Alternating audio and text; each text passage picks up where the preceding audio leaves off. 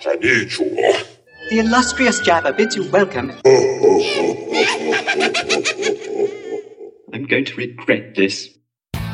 I'm Pete Mitchell. He's Peyton Jones. And this is the Church Planter Podcast, brought to you by Church Planter Magazine.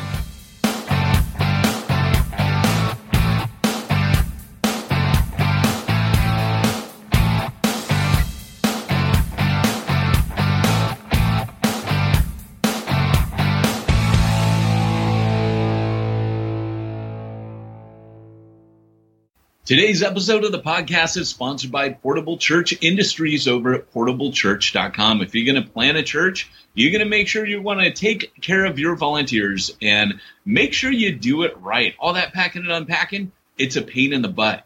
These guys make the pain in the butt go away. No, they're not a pain reliever. It's portablechurch.com. Wait. What was that? Portablechurch.com, you say? Check him out, because we got bored of our old commercials, so we just make this stuff up. See, we got to do to Portable Church what we did to Mo Give. We just got to roll with it every week. Portablechurch.com. Hey, I don't think I'm picking you up on Portable. I don't think I'm the same. I don't think I'm picking you up on the good mic. What? Hello. This tap into Jones. it. Go. Yeah, no, I'm not picking up that mic. What? Okay, hold on.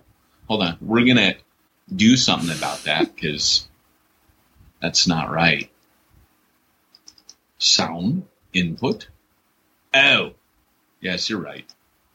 Oh, there we go. Is it better? Ooh, velvety. It's like when you're watching Wizard of Oz and she's black and white and suddenly it's in color, there's munchkins and rainbows and lollipops. I tell you, I don't know what that was. The little people in that movie scared the bejeebies out of me. Oh, you know the urban legend about the guy hanging himself in the background, right up in the rafters? And so did those monkeys. Flying monkeys? Oh, are you dude, kidding flying me? monkeys will come out of my butt. Isn't that what Mike Myers used to say? I don't know. I didn't listen to it. He says monkeys will fly out of my butt. That was Wayne's World. That was like his favorite saying. And monkeys will fly out of my butt. That was like the best saying ever. You know, which I've not figured out yet how to marry that phrase to anything related to ministry, but I'll find a way. Oh, yes, I will find a way. Another copious reference. So, they were terrifying. I could not endure that scene. There were two scenes in that movie that freaked the crap out of me. Besides flying monkeys, munchkins I loved for obvious reasons. Did you? But yeah, I love them. I still love them. But there are all these weird things. But that scene where the witch pops up on top of the log cabin at the beginning, that scene when they're in the apple orchard or right next to the apple orchard, and she appears. It's like she appears midway through the field or through the movie film. I don't know what I'm saying. Yeah. And then she appears on top of that log cabin. That's when she lights the scarecrow on fire. Remember? That scene terrified me. I don't know. I never liked that movie. It's the angle at which it's filmed. She's creepy as heck looking during that scene. I don't know. So the other night, Munchkin hanging himself, though, right? The other night, I'm moving past your stupid story. So the other night, you can see it in the film. It's in the background. Okay, a little person. That's great on the set. I don't care. So there's also flamingos in the cornfield. People miss that too. And Dorothy's hair length changes throughout the film. There's a lot of cool trivia about that film. You're out of your mind, dude. You're seriously out of your mind. I thought you were the film major. Who You're supposed to know all cares this. About that movie? It was horrible. They had singing. Okay, so I give you this. Most musicals are absolute cack. Like, would not watch a musical. I just saw somebody online go, I watched La La Land for the third time. I almost shut that thing off. I've never seen it. Don't plan on watching it. Dude, you're smart. You know, it won all these Oscars, and I know by now, if it's winning Oscars, it's probably crap nowadays. Used to be like in the old days, like you'd have like The Unforgiven. That would win an Oscar. You know, like good movies. Remember those days?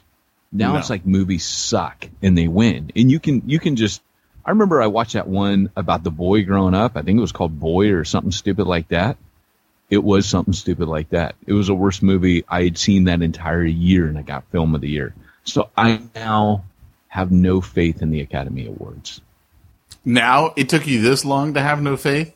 Well, remember, I lived outside the country.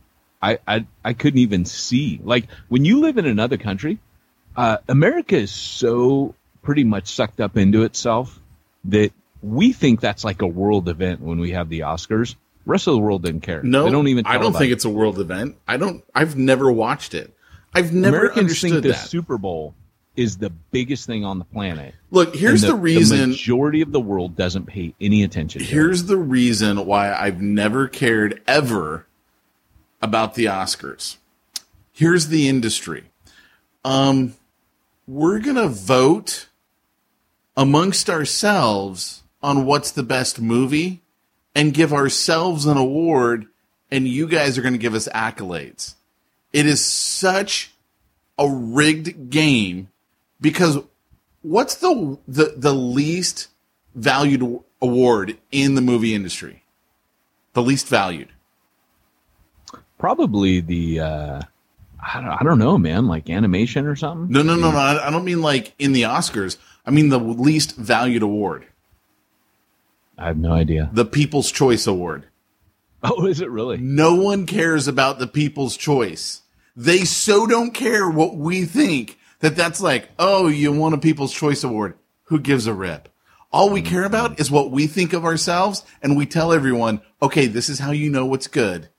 I mean, you're talking about an industry that's got such like deep-seated issues that look at all the awards they give themselves. And the one that should matter, what the people actually think, is the least valuable award. Right. Oh man, it was like when I walked into the Disneyland store, which happened this week. My daughter wanted one of those little Violet action figures.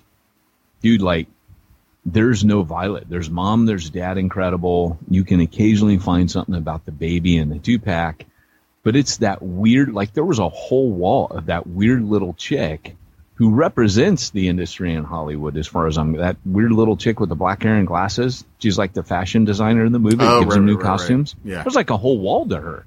And I'm thinking, what executive decided, you know what kids want? That figure. You know what kids want is shirts with that creepy little critter on it. Because as far as I'm concerned, and she babysits the kids in the movie, and you're like, okay, this is really weird. With all the kids getting abused in Hollywood by these kind of people, yeah, I'm not feeling this right now, Incredibles. This is not incredible at all. Oh, unless in the man. context of that old show back in the 70s and 80s. That's incredible. So, Tuesday I went to dinner solo because the family was at Disneyland. And as we all know, Petey don't go to Disneyland. What day was this? Tuesday. You would have seen me. Where? Disneyland. I I wasn't at almost Disneyland. invited you, and I was like, nah. I wasn't at That's a Disneyland. test of true friendship. Right I wasn't there. at Disneyland, and I don't have an annual pass anymore, so I get to use that as my excuse. Oh, I'm sorry, Luke. That's a I struggle can't because- go. My pass is expired. And I refuse to renew it. You're an evil man, as evidenced by your meme that you had our employee build today. So I went to Outback for dinner, and I'm sitting there at the bar, because that's what I do. I just go to the bar, order my food is food. crap there. How can you eat there? How do you endorse them? No, I love Outback. I bought you a dinner there once, and I was like, this place sucks. But anyways, go Yeah, ahead. you and I are like night and day. I love Outback. No, we both like islands. We both know it's like the stupidest, crappiest restaurant ever, but it's good food. It's okay food. I don't think it's good food. Their hamburgers are good, dude. Those are they're really whatever. good hamburgers. I got to tell the story, so let me finish. I'm Tangent Boy today. There is no one else at the bar except for this one couple right at the end, right? So I'm sitting at the middle of a row aside, and they're at the corner. And I can't help but hear them talk because they're not that far. And I kid you not, this is the conversation that's going on. Yeah, I don't think John McCain really had a brain tumor. In fact, I don't even think he really died. I think that's just all the stuff that they're putting out there. And I'm like, no way. I'm hearing that and I'm thinking to myself, so you're the ones. Exactly. And this is the reason the founding fathers established the Electoral College. Oh, yes, exactly. But I'm sitting there thinking, okay, I don't think you really understand people. Everyone in politics, 100% of them are such narcissists. They could never exit the public life voluntarily. Yeah.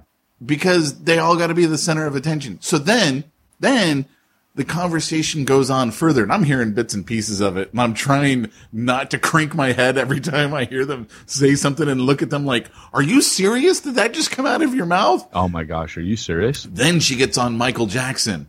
Oh no. And how Michael Jackson really looks like Janet Jackson, and how he always had to wear these masks every time he went out in public, and how she really didn't think Michael Jackson had died either, and that he wasn't real. Like, it was really Janet Jackson who was faking, and she just got tired of having two lives.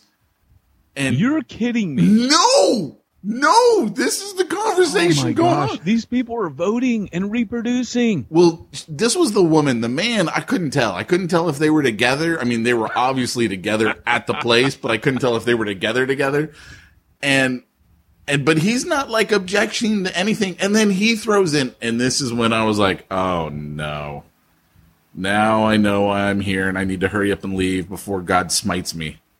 Because then the conversation went to, yeah, well, that's why I got problems with the Bible too. And then they started going off on things in the Bible that were just misunderstandings. Like, they didn't understand what they were talking about.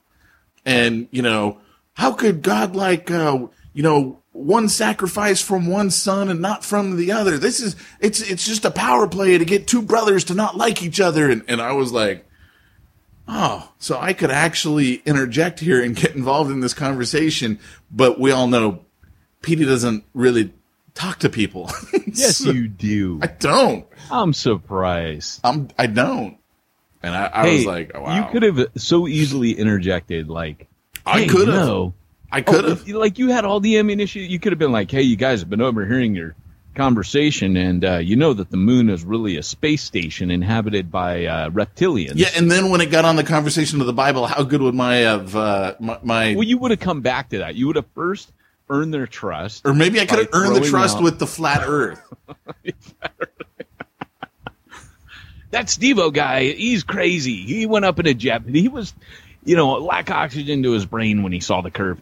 Hey, welcome to the Church Planter Podcast. I'm Peyton Jones, and this is Pete Mitchell, which we never introduced. If you're new here thinking, why am I here? Why am I staying on? Surely they're going to talk about church planting in about 20 minutes. Yes. Welcome to Smack Talk. This is what we do. We talk real life. If you find it offensive and boring, you're either British or sorry, I didn't mean to alienate all of our British. You're English. The Celts dig Scottish, Welsh, Irish. You guys are totally down with this. You're working class. The rest of you, though, you're mad. So that was so wrong. On so many levels. And but anyway, welcome. And because if you don't like Smack Talk, you're probably not going to like church planting, because you're going to be like sit next to people like Pete described in an islands and or Outback. And apparently that's a more expensive restaurant, Pete. I'm surprised that people with a little more money are, that unintelligent. I don't. If you think Outback is expensive, I think you. Well, there's like Denny's. There's Islands, Denny's. There's kind of like they're all in the same. And then like Outback is a little bit. It's like a Chili's, but it's a little bit. It's a little more. It's not like a plate. Chili's. They have never gone baby back ribs. They're a little bit pricier though than Islands. I was talking to this one church planter this week, and he said to me, I made my money the old-fashioned way. I got run over by a Lexus.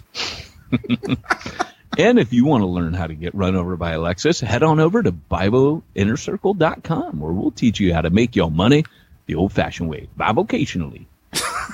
I was like, Where's he going with make your money the old-fashioned way? Rob a bank? Print your own? Do like Paul do. Make your money working with I your actually hands. like that. I was like, do like Paul do. I was like, well, that's pretty good. Where are we going with this? Hey, I'm not okay this week. I'm going to be honest. I am rough. Rough. And I'm not going to complain about it because it's like, suck it up and hang in there, kitty. Which Pete gave me a prophetic meme today with my face on the cat's head. It was, if you know, Pete and I have a running joke with the hang in there, kitty. We shoot it to each other. And whenever we can tell the other is under stress, we send a little hang in there, kitty. And I got a special hang in there, kitty, today. And I got tagged on Facebook with multiple. The teeth was a masterstroke. It really was, right? So we got this assistant. Gave me Igor teeth on that one. We got this assistant, Benz. He's been with us for like 4 years. And he emails me yesterday and he goes, hey, I don't have any work today. So I just sit here until you give me work. And I'm like, oh, I have something really important I need you to do.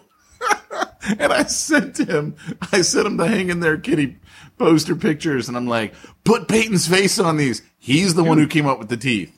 Whenever you need him to waste time, you hit me and I will give him tons of crap to do. No one likes your stuff though. That doesn't matter. Benz likes everything I throw at him. Benz is sir. like, rock on, sir. This is the best, sir. You know? He's like, job security, sir. I'm still working, sir. I like that. What I love is when I send him stuff, he goes, Sir Pete, Sir Peyton has sent me this. I don't understand. It's almost everything I send him, I know is going to be sent to you. So he's like, please explain this. And you're like, I have no idea what he's sending you. Yeah. I'm like, how did he even get your email? What's going on? I don't let him talk to you. So, what else is going on for you? Oh, dude, I'm like Mr. Part-Time Contractor right now. It's, everything from HVAC to digging trenches in my front yard. Do you feel especially manly building your own house? No, I feel, here's the bad thing is on that Strength Finder thing, I'm a learner. So that means I kind of get off on learning new things and kind of living vicariously in other people's trades and fields. So I don't need that kind of interest right now. I'm already kind of spread myself out too thin. So now it's like, hey, you know what I'll do? I'll build my own house as well, which sucks. So when I can right now, I'm having to put my kitchen together. I'm learning everything, man, about everything. I'm arguing with tradesmen, which once you start paying attention, you know what's what. You start figuring out where they're lying to you, and that gets real fun. So I've been tangling with one of my tradesmen that I'm stuck with because he had work done under the bogus. Let's just leave it there, shall we? And I have to pick up with him, and so it's not been fun, you know, tangling with people. So, but it's what you do. That's why my house is almost about ready to fall down on top of me. It's because I just don't want to deal with those people. Thing is I took one of those I had to do it wasn't Strength Finders, it's called the Predictive Index, and I had to do it for work. And it actually says in my thing, when you stand in his way, he'll get aggressive and angry, you know? And I'm like, oh, you know, I didn't put that one. It says resourcefully works through or around anything blocking completion of what he wants to accomplish. Aggressive when challenged. It's like, wait, you know? Well, the thing is this week I had one of the contractors slap me with a change order, and I said, I don't want to pay that. What's a change order? A change order is when you have a contract and something deviates from the norm and they slap you with more charges on it. Like, oh, I'll do that, but it's got to be. And when you're dealing with something like electricians or plumbers, they give their warranty if they do all the work, right? So a lot of times they'll kind of blackmail you or strong arm you into doing everything. Well, I said, hey, I don't want to pay that. I'm not paying that. I can't incur that cost. Well, you got to do it, and it's reasonable. I said, no, I've looked it up. It's not reasonable. And so finally, I just got mad. I went to the store. I bought the wire myself, and I pulled it through. I don't have a crawl space, so I had to take out all the can lights and run this from the outside box through all the way to where the cooktop's going to be, cutting into the drywall, drilling through studs, running that stuff like an electrician. And on Monday, I just said, hey, man, no need for you to come and do that. I did it. It's like, just saved myself $600, you know? And, you know, and the guy was mad. But the thing is, I say this in Church Zero, cha-ching, anger is a great motivator. And I just got angry. I was like, no, I'm not doing that, you know? So there were other things in my test that what's funny. I'll read you some of it. I put it on Facebook because I thought it was funny. Because I'm like, I don't want to work with that guy. You need to tell him what test you're talking about. It's called the predictive index, my good fellow. Okay. I did say that. Sounds like a made up you test. Don't listen to me. Sounds like a made up test. What's that from? Life. I've heard that line in a movie. It sounds like a made up test. It does sound like a made up test. Apparently, you have to be like qualified to interpret it. So yeah, that's yeah. That's and nuts. I bet you they sell that certification. Oh, if you'd like to, yeah, absolutely. And if you guys want to learn how to interpret this test, go to BibleInnerCircle.com. So here's what it says. Peyton will strongly express the following behaviors: risk-taking, daring, and focus on future goals. He's more concerned with where he's going than either how he'll get there or where he's been. Adaptable, operates flexibly. I mean, there were all these things at the end of it. You're like, you need to be an apostolic church planner. But my self-assessment of myself is on the other end of the scale. So my self-concept on this is super low. Like, I don't think I'm that dude. It's kind of funny. I'm in the negative on that, but I'm way over at the end of the scale on the positive on that. So I thought that was kind of funny. Cool. I dig it. Yeah. Yeah. So anyways, man, that was my week. I don't have a lot to tell you unless you want to learn about, you know, different. What is today's topic? Trades. I don't even know what today's topic is. Well, Pete, I'm glad you should ask such a thing. Today's topic is how to discern a calling on your life for major change. So, for example, like I got an email earlier in the week that was like, hey, Peyton, here's my circumstance. I planted a church. We moved our family. We did this. We did that.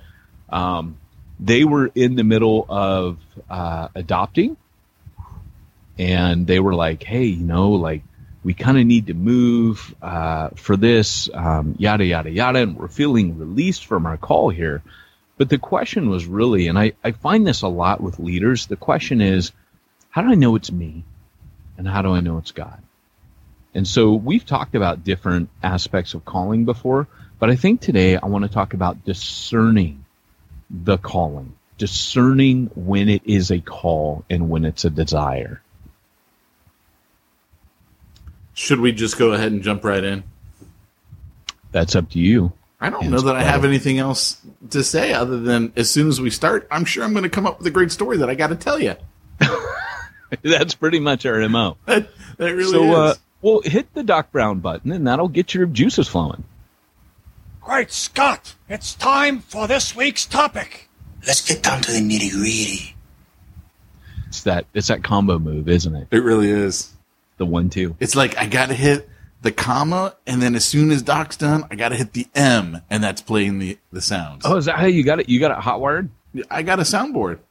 Nice. So, like, if I want Nigel, it's I. Is this Pete Mitchell? This is Nigel calling for Pete Mitchell. Pete, it's Nigel. Please call me back. It's important that I speak with you, Pete. Hey, all I got to say is, when it comes time for Peyton to deal with contractors, this is what he has to say. Calm down, diddly, diddly, diddly, diddly, diddly. They did their best, shoddly, iddly, iddly, diddly. Gotta be nice, hostility, diddly, biddly, diddly. Ah, hell, diddly, ding, dong, crap! Well, that's the thing. This is funny. I mean, I'm getting older, and, you know, I think when you've been older, you realize in life it really doesn't pay to tangle with people. This is how I feel. This is my attitude through this. I'm going to tangle with you. When I say I tangle with you, it's more them getting all bent out of shape. With me, I just stay calm. I stay professional. And my attitude is kind of like, it's my house.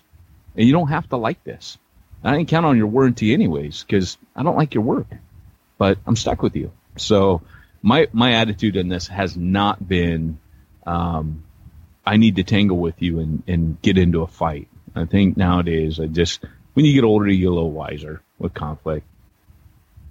That would be a great topic, conflict and conflict management. I don't think most church planners deal with conflict, though, in their church plant. You know, it's funny you say that because I think if you do it right in the beginning and you put the right stops and breaks on your church plant in the beginning, in other words, you put the gate to come in place, you have less of a problem with the gate out. You know what I'm saying? With everyone freaking out and leaving. You make it a little tougher to get in. You make that buy-in thing a big deal at the beginning. And then you're still going to have it. You'll always have it. But you learn to manage it. And I think what a lot of church planners do is they take people that have massive agendas. And then the conflict happens when they're the reason they're trying to plant the church, which hopefully is to reach lost people, doesn't line up with the self-focused agenda that other people come in with. Well, I need to do this, or we need to do it. We need to make this church like this. I think that's where a lot of the conflict happens. But if you're wise about who you're recruiting, which I think Paul became wise when he dealt with John Mark, I think he kind of was a little more hardcore after that. I think he made it tougher to go with him in future. Oh, you want to come, John Mark, because you're Barnabas's nephew? Oh, hey, no problem. Come along. And I think after that he was like, that's not enough for me anymore. It's got to be more. Blood, sweat, and tears. You got to be ready for it. And you got to know it's going to suck, and you got to endure hardship. You got to be tough to come with me. That's my thought. Cool. I have others. Probably. Knowing you, I'm amazed we can shut you up half the time. That is a problem, isn't it? And I do remember before we got on the podcast, you said, I don't even think John McCain is really dead. I think he made that whole thing up. It's right up there with my theory that I got from Bubba Hotep about JFK being relocated as an African-American man with a bag of sand implanted in the back of his skull. Yeah. You've seen Bubba Hotep, right? No, we've talked about it before on the podcast. Halloween's coming up. Everybody go rent Bubba Hotep. First of all, who rents movies? Although I saw it on TV. I can't be, if there's naughty things in there, I can't be responsible. Yeah. So, anyway, back to our originally planned topic. See, it's what we do. We were off to a good start. So we got time now to really hit a topic. So let's hit it. So how do you know when it's God telling you to do something and it's yourself? So let's say it could be everything from planting a church. It could be everything to moving to a new city. It could be, I planted a church. How do I know when it's time to plan out again? Or how do I know when it's time to hand off the church? How do I know when it's time to send out others? And these are all things that are super important. And you need to be able to understand the dynamics that happen when you're trying to discern the call of God. Now, there are plenty of things. Let's start from the outset and acknowledge that there are plenty of things you do not need a call, a special call for. And I think sometimes Christians get a little bit overly mystical about these things. Like, for example, should we adopt children? Do you want to? Well, we feel we should. There's so many. No, back up. You want to. When, sometimes, no, look, I don't think you need a call from God to adopt children. If you want to adopt children, adopt children. If you don't want to adopt children, please don't adopt children. That would be bad for them. So, there's many things in life, where I think God gives you strong callings. And the best way I can do this today is kind of start off, just lay down that framework that there are a lot of things that we say God should call us to when they're not things God should call us to. Where I think God gives us a lot of freedom to make a lot of decisions. And you'll find people say, yeah, but I don't want to make a wrong decision. There is nothing in the Bible that is going to prevent you from making bad decisions. I don't care how tightly you're walking with God. You'll make less as you're walking in the Spirit, for sure. But I believe that sometimes we're allowed to make decisions that were wrong so that we learn. So I don't think we have any guarantee in our life of not making bad decisions. I recently made a terrible decision. I had my antenna out, I was being careful, and I made a bad decision. And I was praying about it. So let's just... I really can't wait to find out what that decision was, because I noticed how you strategically avoided saying what it was. And now I'm just as curious as can be. I can't talk about it here. Hang in there, kitty. Only because Hang it in has there, to kitty. do with my house. Hang in there, kitty. Hang in there, kitty, because all these things can become legal issues. Yeah. And so, I have to be super careful. But here's the deal. You're never, but everything can be a learning experience. And I think that a lot of us buy this prayer of Jabez nonsense, that's the formula for life. Oh, avoid all suffering. And who wouldn't want that? But you know what? Jabez is one little teeny character who gets one sentence in the Bible, and the rest of the guys that walk tight with God their lives were fraught with suffering. And I've been tapping in recently to a guy named Jordan Peterson. It's because they didn't read the book. Well, here's the thing. I've been tapping into a guy named Jordan Peterson recently. Oh, no. Who is not another Jordan Peterson guy. Oh, he's awesome. I'm loving because I'm watching him debate all these atheists. Because it's not. I thought he was an atheist. No, he's a total Christian. Are you sure? Jordan Peterson is an absolute Christian. Really? Okay. Yeah. And what he does is he's been debating atheists. He debated Sam Harris. He debated some British chick in the Dawkins fraternal. Can't remember her name. But he literally is dismantling these guys, and he's telling them things like, "Hey, if you want to, take on Christianity, it's cool if you want to, exit your lane and get in our lane." But he said, "But here's the problem." He goes, "It's not your field of expertise, and you're setting up straw men when you're attacking the fundamentalists, and all of you do this." He goes, "If you want to tangle with Christianity and enter the fray." And really have an intelligent deal with the heavyweights. Take on the heavyweights. Take on Dostoevsky. Take on Leo Tolstoy. Take on C.S. Lewis. Take these guys on. Deal with their arguments, because these were intellectual Christians that gave these are heavyweights. So you need to stop playing in the whitewater and go into the depths. And he just watching this guy massively dismantle like Sam Harris. It's amazing. You're watching this debate going, where's this going? Where's this going? And then you just watch him. He takes the linchpin out and the whole thing falls apart. And the way you know that he's got these guys, they just start talking a bunch, like just they can see they're losing it. And it is entertaining. It's edifying, and it's intellectually stimulating. It's amazing stuff. So I'm geeking out on that. But one of the things that Jordan Peterson really kind of makes his one of his bugbears is the pursuit of happiness. And we know this as Christians. The pursuit of happiness is not a worthy goal. And he goes into the biblical stories and he says, God has never in the Bible promised you happiness. And he has never in the Bible told you. Now, joy is a different thing. Joy is that in the middle of suffering and pain, you develop character.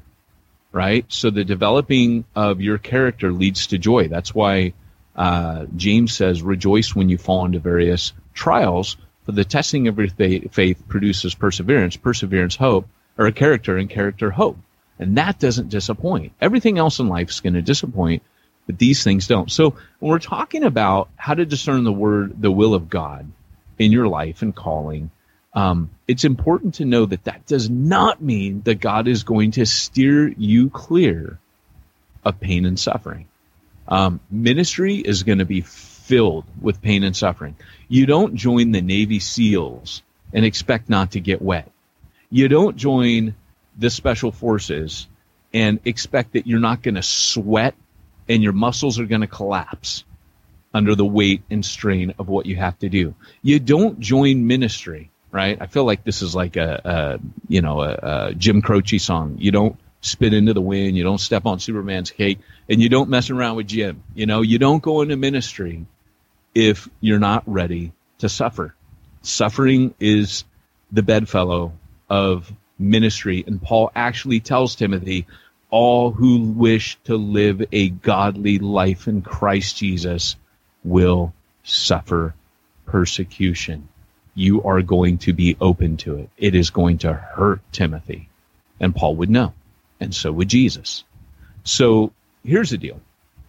How do I discern the call? So, Pete, you're going to have to interject because we're going to have a little story time with Peyton. So I will expect you to feed in, but you will have to interrupt me. Okay. Here's my first interruption. I got my first pair of Converse yesterday that I've had since I was like in 7th grade. Did you really? I did. Chuck Taylor's, baby. I got some Chucks. Were they the Thundercats ones? No, but that would have been cool. I was joking with my wife because Luke just got some, and I'm like, you got to get me a pair, and then you got to get a pair, and then Mackenzie's got to get a pair, and we'll be twinsies. So I'm waiting. So the Thundercats one was cool, and I would rock them, but I'm waiting for He-Man.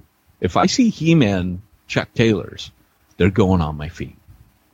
Nice. They're just going on. It's like Happy Feet. I dig it. He-Man, and I'm trying to think of what the other ones. Star Wars I've seen. Those are cool. Batman I've seen. Those are cool. But it's got to be He-Man, and there's one other one, and I can't remember what it is that I will have if I see them. Shoot. It's eluding me. But this is off topic. Curse you, Pete Mitchell. So, anyways, let's see. Hang in there, kitty. Hang in there. Where were we? Discerning the call, God. Yeah. Sorry. So, okay. So way back. Come with me way back into the land of, I don't know. So when I started, here's the deal. I'm going to tell a few different stories, and it's going to kind of illustrate when I think you get calls and when you don't. Like, we see calls in the Bible to special activities right away with ministry. I don't think you have to be called to be in ministry. If you're going to be an elder, Paul never says, find the guys that are called, Timothy. He says, find guys able to teach, men of character, love their wives, and, observe them, and then appoint them. Right? He doesn't say, go ask him, are you called? Right? That's not in there. 2 places that you got to be called in ministry. Two places in the Bible we see. Called to leave your net, or called to plant churches. Boom. Called to be an apostle. That's a calling. It involves a lot of moving around. It involves a lot of frontline ministry, and you have to be called to that. To be a prophet, I think you got to be gifted for it, right? To be an evangelist, I think you have to be gifted. To be a shepherd, I think you have to be gifted. But the apostolic calling is a calling, right? That one is frontline pioneer. You have to be called out to do. You're called a sent one. So you're called, and if you're called out to that, the sent part means you have a destination. God has somewhere he wants you to go. And we see that all throughout Scripture. Way back in the beginning, we see God calling Abraham and telling him, go here, do this, wait for me. I will meet you there. And it takes Abraham like 14 years to obey that call. And when he does, God meets him. So we have this like 14-year gap for Abraham where nothing really happens because he didn't obey that call. And so I think we're called to go certain places for ministry, frontline or apostolic ministry. And I think we're called to leave our nets full time. And those are special calls. Not every Christian gets those calls. So let's get that aside. Not all ministry requires a special calling. And by the way, anything God tells you to do in the Bible does not require a special calling. It requires normal obedience. So you got to do that. But for me, I'll just kind of tell you what happened. I'm going to go through a little bit of my journey quickly. This is a whistle-stop tour of how I got called. The first calling I ever got was surprise. Like, I'm going to call you, and you have nothing to say about this. It's in the future. It's kind of like, Merlin coming to Arthur saying, he who draws the sword from the stone, he should be king. That was a quote from Excalibur. Weird movie, but good. Good job. Yeah, you're welcome. And, basically, someone in an afterglow, when I was very young, I was like a year old in the Lord, this lady from our church, because in the early days, man, I remember it hadn't been that long since the Jesus movement. In 1987, you're talking like 10 years after like the afterburn of revival had hit. So this lady laid hands on me and she was crying. And she just said, Peyton, oh my gosh, Peyton, God has anointed you and you are going to bring thousands of people to him. And she's like, I don't think you realize. Like, I was this punk kid, listen to punk music, had hair down on my butt, wearing Doc Martens everywhere, flannels wrapped around my waist, total dirtbag, the whole thing, and was not the guy. In fact, the way that I got into ministry, I didn't have a calling. I mean, I camped out on that a little bit. And at the end of that retreat, it was funny because my youth pastor came to me and said, hey, God told me that you're going to take my place one day. And I need to disciple you for leadership. Okay. And so here I am. I'm a bystander. No, God's not talking to me. Right? Like, people are talking to me. People are telling me this. This is coming from the outside. That's what's known as the outward call. It's where other people recognize the calling on your life rather than you. So there's the outward call and the inward call. The inward call didn't come from me till later. So as I preached, in fact, that weekend, it was funny because these are all connected. That was the first time I ever preached. And the Holy Spirit just anointed what I had to say. It was like a bomb went off. Right? It was on a retreat. They asked me to teach a little Bible study at one point during it. Boom, I think it was Friday night. Holy Spirit, big time. And, I had just been baptized in the Holy Spirit. And I know we've talked about that. I was by myself, stayed up one night very late, just praying and crying and repenting and bam, and so there was a power and it was beyond what I naturally possess. But I think people began to recognize that. And I do believe that those are both of those people received prophetic words. And I'm one of those crazy people that actually believes that. In fact, on that very retreat, someone got healed supernaturally. And I was not from a charismatic Pentecostal church. I mean, this was a word-based church, but the Holy Spirit was flowing. And so it wasn't right away that I began to receive the call. But from then on, when this guy was discipling me, every time I tried to teach or preach, I stunk. I mean, it was the worst. And I remember the youth pastor came back to me and he said, hey, Peyton, it's probably about a year and a half, 2 years later, he goes, hey, Peyton, I think I might have misheard the Lord back then. Because every time, like I remember one time being done preaching, I thought I was doing awesome. Afterwards, he chews me out. He was a good dude. He loved me to death, so I trusted it. But he chewed me out, and he's like, what were you doing?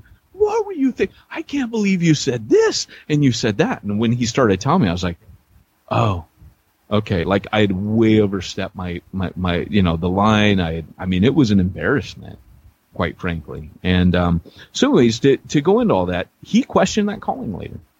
And I questioned that calling. I actually told him, hey, I think you're right. I don't think I am the guy to take your place. But, thanks for at least pouring into me a bit. And, it was cool. And it we remained very tight and close friends.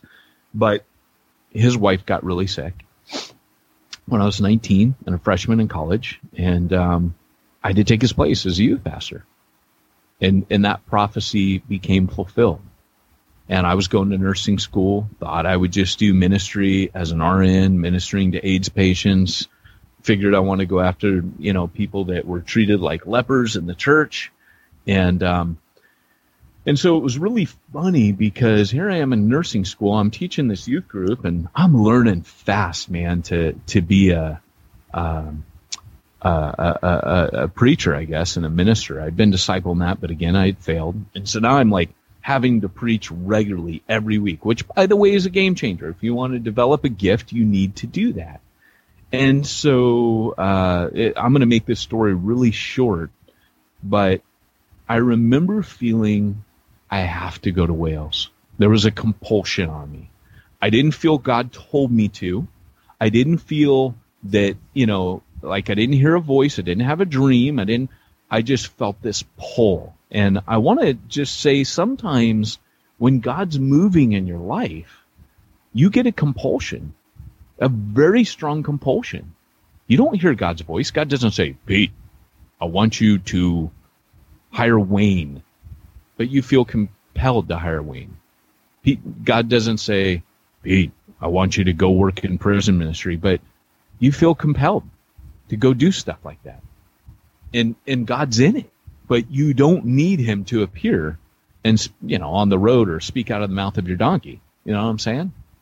And sometimes you do. Sometimes you need people to tell you. In fact, prophets, by the way, prophets aren't always a good thing.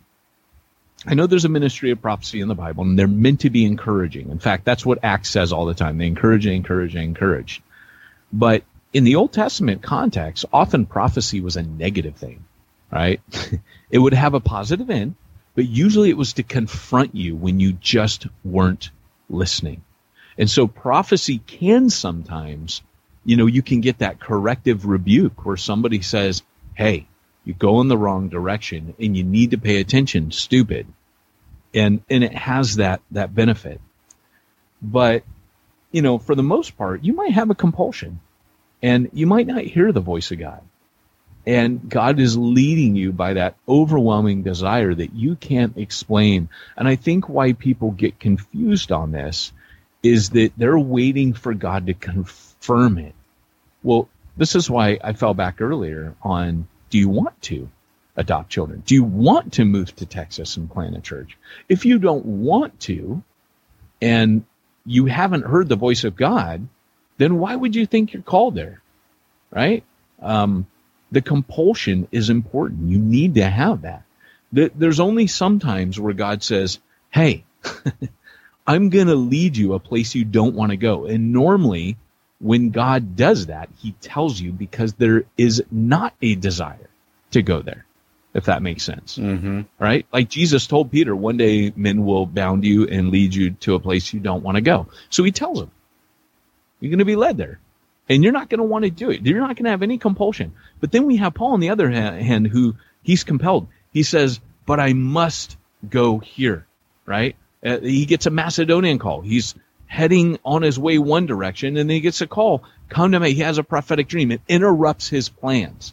So God will interrupt you if he wants you to go somewhere and you go in the wrong direction. But notice that Paul wasn't like, God, where do you want me to go? Paul, I want you to go back. No, Paul had plans. He had desires. He had things even that he felt he needed to do.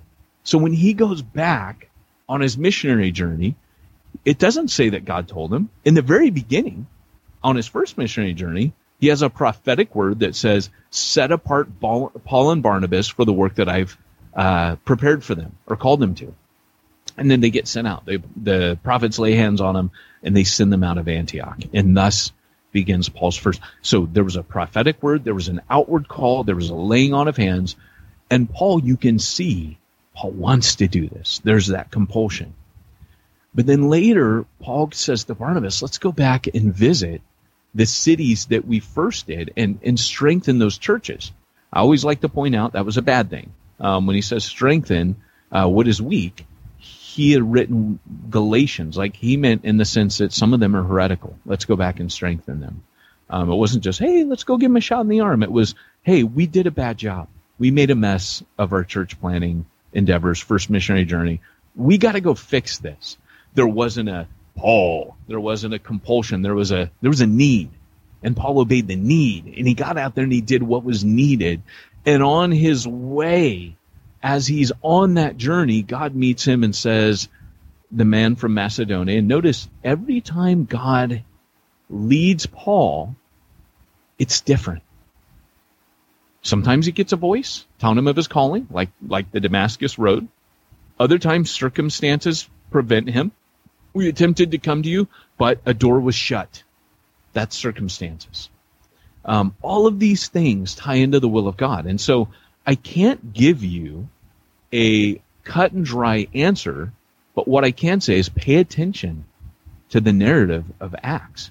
Listen to Paul's language. Listen to what he's saying. At times there's a compulsion, for I must preach the gospel. Woe unto me. You know, I have to be in Jerusalem by the Passover. There's these compulsions. And of course, Paul got a prophecy about going to Jerusalem, that he would go there and be bound. He didn't want that, but he felt that compulsion. I have to go there. I have to get there by Passover. And of course, you know what happens? He gets chained and set in prison as a result, but he had to do it. So you'll see this combination of circumstances, compulsions, prophetic words, and then the inward call where you just know you have to do, like you feel God's telling you, and it would be disobedient not to. And so there's all four of these different dynamics. I remember the inward call came to me because when I was outwardly asked to be the next youth pastor, it was funny, I was asked to come on staff. So I was temporarily filling in the gap for the high school pastor. But then one day my college pastor came to me and said, hey, Peyton, how's college group going? Well, we had a leader who was, really, there's no other way to say it. He was very abusive to the college group. And he and I had been tangling because I was supposed to be his assistant, and I kept confronting him. And he was like an executive. He was, a millionaire. He was about 40 years my senior, and 30 years maybe.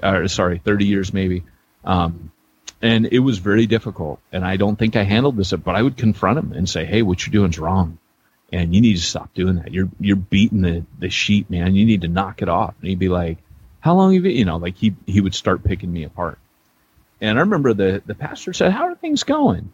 And I had just prayed like the day before and said, Lord, if you want me, I'm not going to say anything against this guy.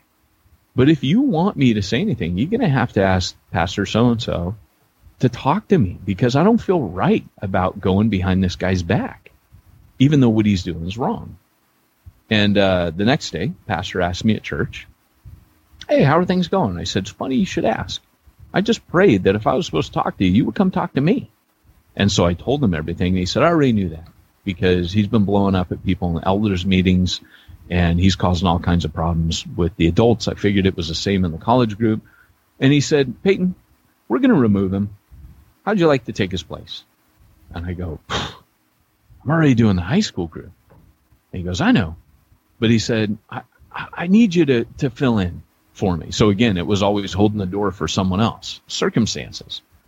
Still at this point, I don't receive the inward call. So I say to my pastor, I said, can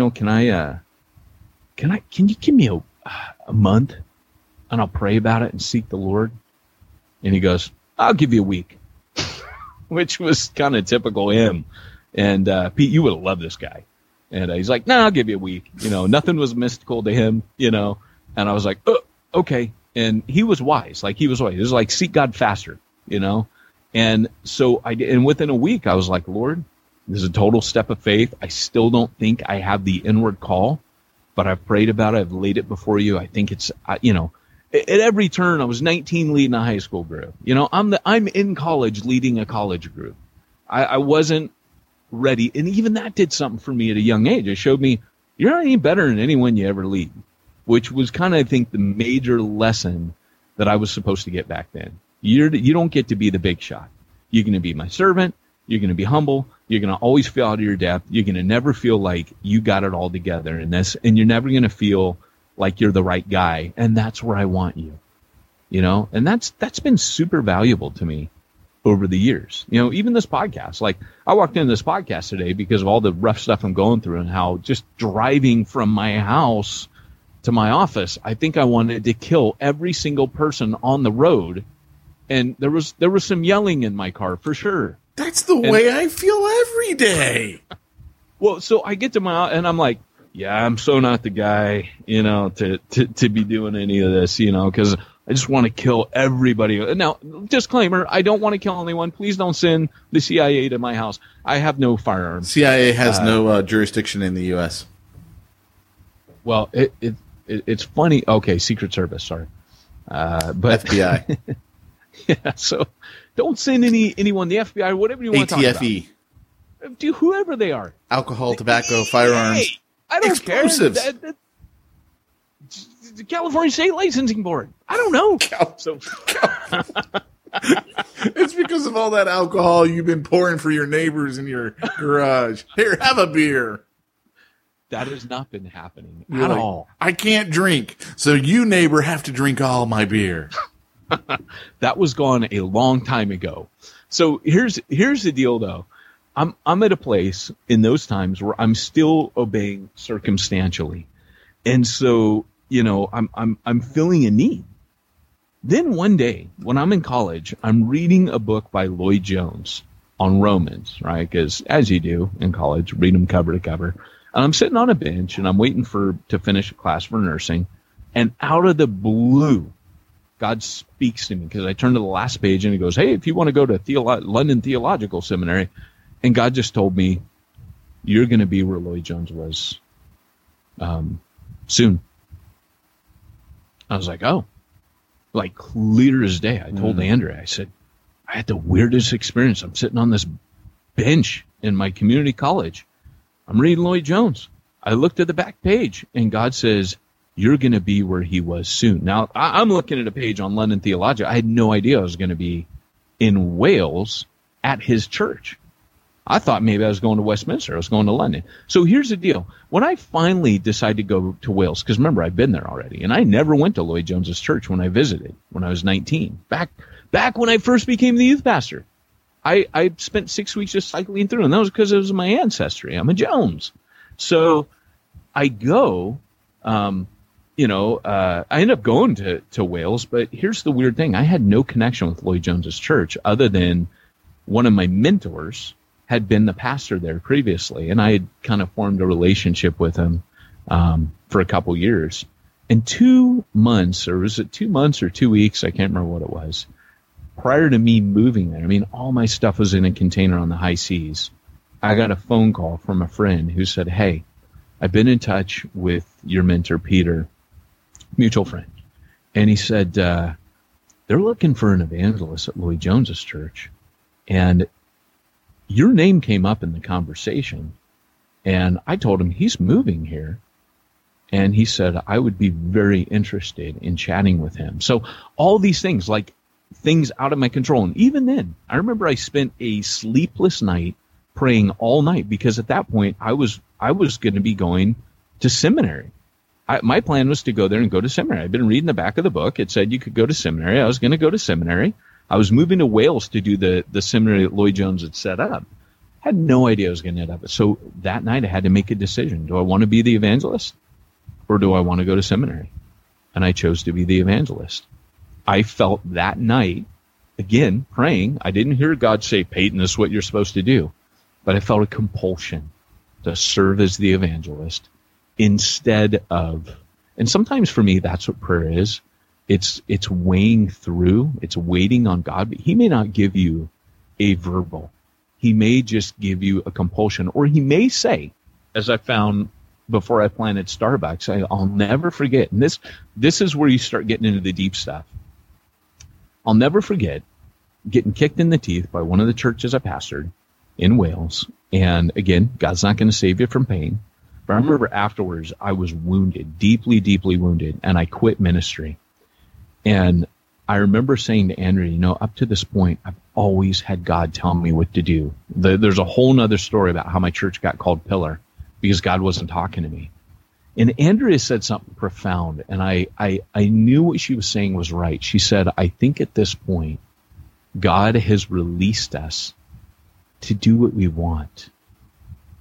See, always before, God had been like, Peyton, like when I started getting my inward call, like to go to Wales or to be at Lloyd Jones's church and stuff like this, I started getting inward calls. Like, this is my calling. I know I'm called to do this. Like, I knew I was called to go to Wales. That's another story I can't share.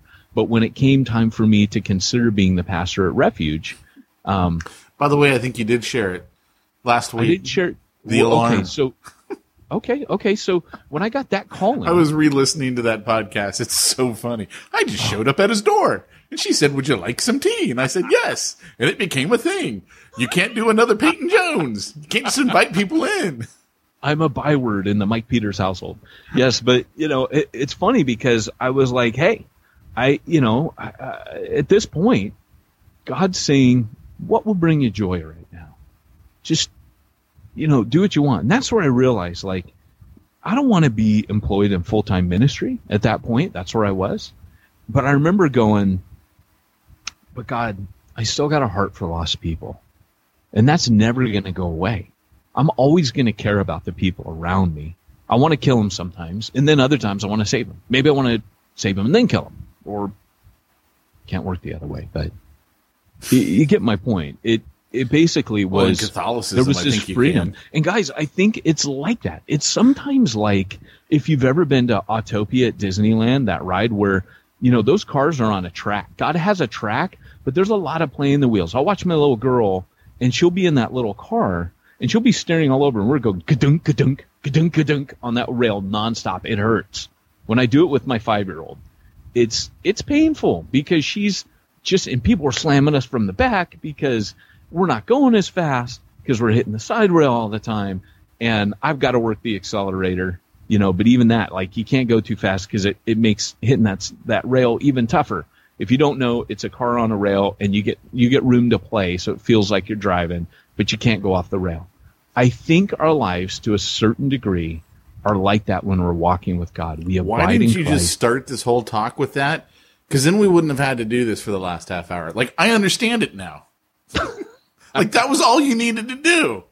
It's called a strategic narrative, and it nails the point you've been making. That's how I train people. You could have just started with it. That's all I'm saying. You often do start with a strategic narrative, and sometimes you end with one. So, because I guarantee you, no one will remember almost anything I said, but they'll remember the picture I gave them. Yeah. And that's it's probably because I've let Luke drive, and Luke goes, wham, wham, wham, wham.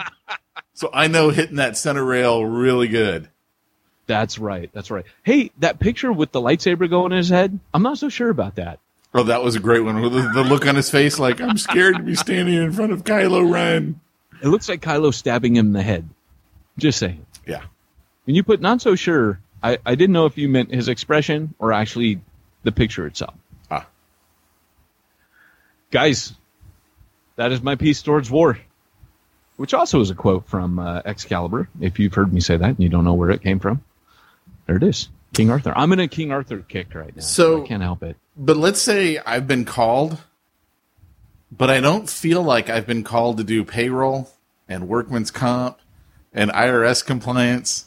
What would you say to that? I'd say there are people that have been called, Pete, to do just that sort of work. In fact, they get up in the morning and they think, how can I do someone's books for them?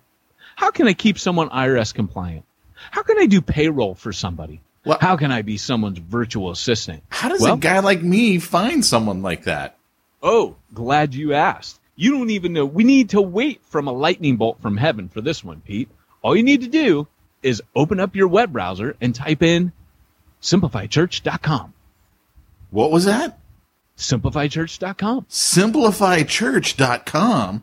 I can't make it any simpler for you, Pete. Just go to simplifychurch.com. Simplifychurch.com ought to get Shaquille O'Neal to do their commercials.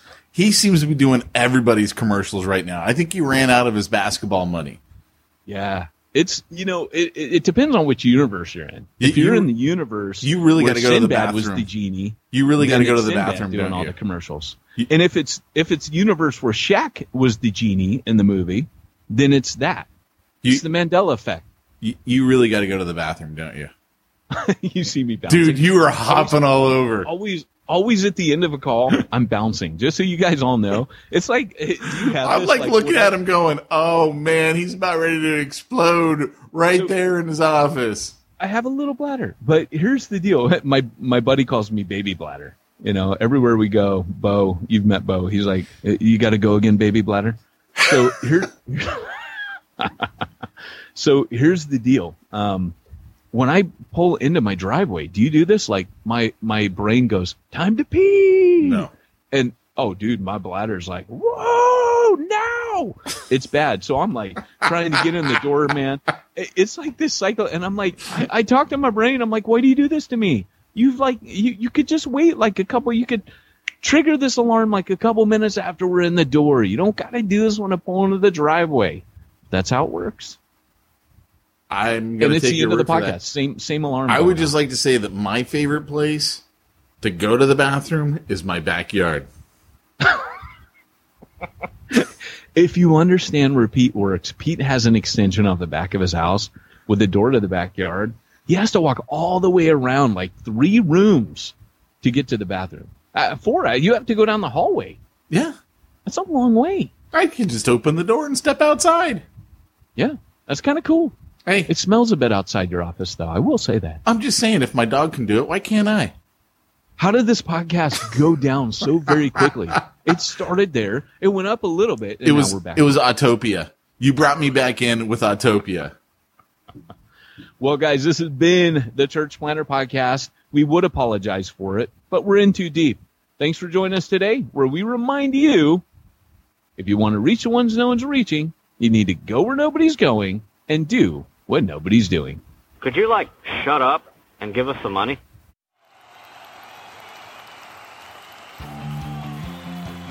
Thanks for joining us for another weekly episode of the Church Planter Podcast with Pete Mitchell and Peyton Jones.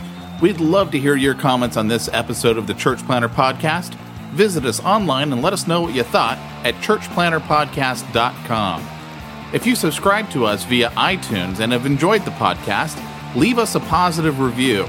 The more positive reviews we receive in iTunes, the more iTunes will promote us to other church planners who would benefit from this show. This podcast is brought to you by the Church Planter Magazine, which is available in the iTunes newsstand or online via churchplantermagazine.com.